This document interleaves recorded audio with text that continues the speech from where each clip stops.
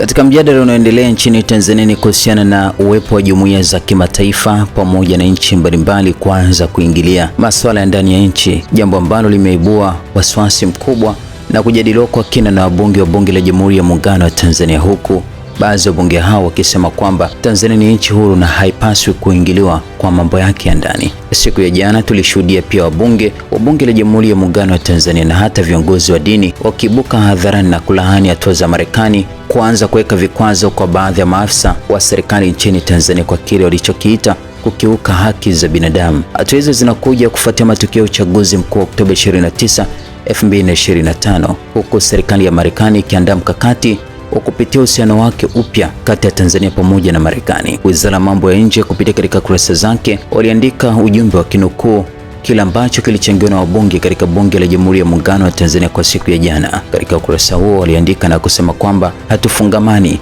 tumejikita kulinda mamlaka, mipaka na uhuru, wakinukuu kauli ya Kingu.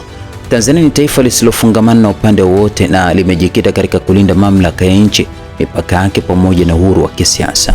Hayo yamesemwa na mbunge wa Singida Magharibi, Mheshimiwa Elibariki Kingu, bungeni jijini Dodoma alipochangia hotuba ya bajeti ya Wizara ya Mambo ya Nje na Ushirikiano wa Afrika Mashariki iliyowasilishwa bungeni hapo Mei 26, 2026.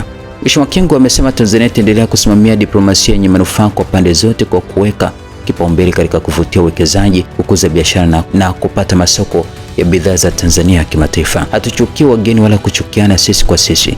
Sisi ni kama kaka na dada, tunaoleana na kuishi pamoja. Tanzania ni mfano wa kuigwa Afrika kwa namna inavyoweza kuishi kwa amani katika jamii na familia zenye imani tofauti za kidini bila migogoro, alisema Kingu. Aidha, alisisitiza kuwa Tanzania inathamini uhusiano wake na mataifa yote duniani na iko tayari kushirikiana na taifa lolote kwa misingi ya kuheshimiana na manufaa ya pamoja. Akihitimisha mchango wake, Mheshimiwa Kingu alitoa wito kwa kujengwa kwa mfumo wa kimataifa wenye amani usio na uonevu, ubabe wala unyonyaji dhidi ya mataifa madogo. Kila taifa bila kujali ukubwa wake au nguvu zake kiuchumi linastahili heshima, utu na mamlaka kamili ya kujitawala.